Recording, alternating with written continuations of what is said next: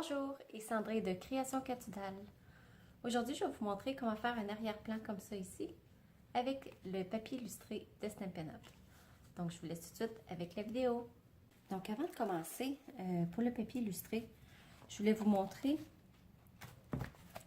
le papier illustré. Il est nouveau dans le catalogue. Donc, pour 9,25 $, vous avez 10 feuilles. Donc, ça, c'est les feuilles. Ça ressemble à du papier photo, mais ce n'est pas du tout la même chose. Parce que l'avantage qu'on a avec le papier illustré de Stampin' Up, c'est qu'on peut s'en servir avec les encres à l'eau. Tandis que les papiers vraiment de photo, ça ne fonctionne pas du tout avec les encres à l'eau. Donc maintenant, on passe à l'action.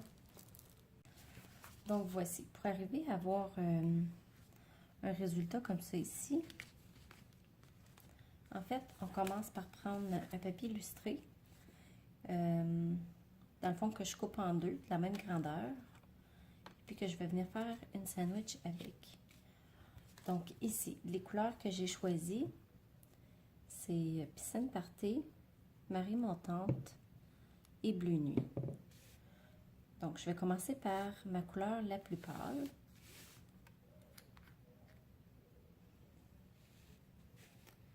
Et je vais en mettre quand même quelques gouttes.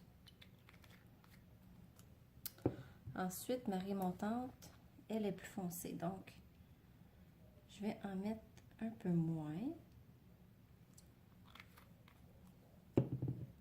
Et Bleu Nuit. Lui, je vais en mettre vraiment juste des petites touches ici et là, vu que ça, c'est ma couleur la plus foncée. Là, on arrive au moment de plaisir. Ce qu'on fait, c'est qu'on les colle ensemble. Et puis là, on les laisse glisser comme ça ici.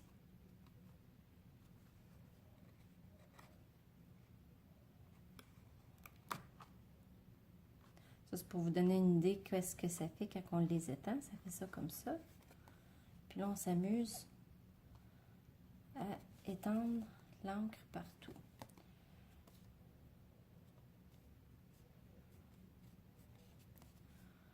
Donc, c'est vraiment à force de faire ça comme ça qu'on obtient ce résultat-là. Comme ça. Vous pouvez porter des gants si vous ne voulez pas vous salir les mains. Comme ça ici.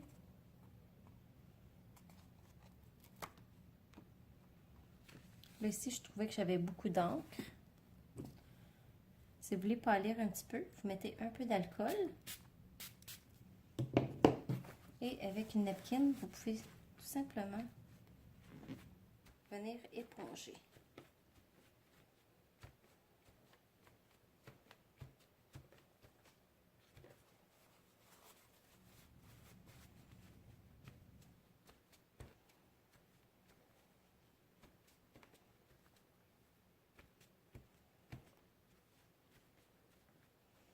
Puis dans le fond, c'est jusqu'à temps que ce soit un résultat que vous aimez dans le fond. Puis même avec l'éponge, vous pouvez faire des petits... Mais là, en faisant ça, on voit les spots de couleur. Donc ça, c'est moins joli. Donc je vais les recoller ensemble. Je vais mettre de l'alcool encore. Quand on met de l'alcool, ça fait agir l'encre. Donc je vais les recoller. Ça, c'est très, très, très amusant et créatif comme projet.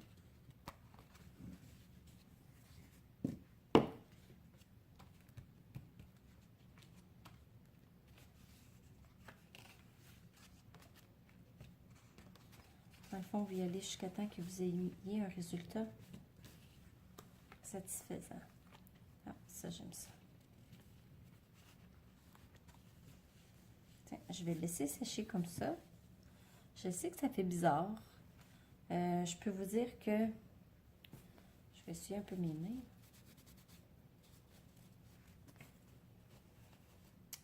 Quand j'ai fait ce fond-là, Honnêtement, je trouvais qu'il était raté. Je l'aimais pas du tout.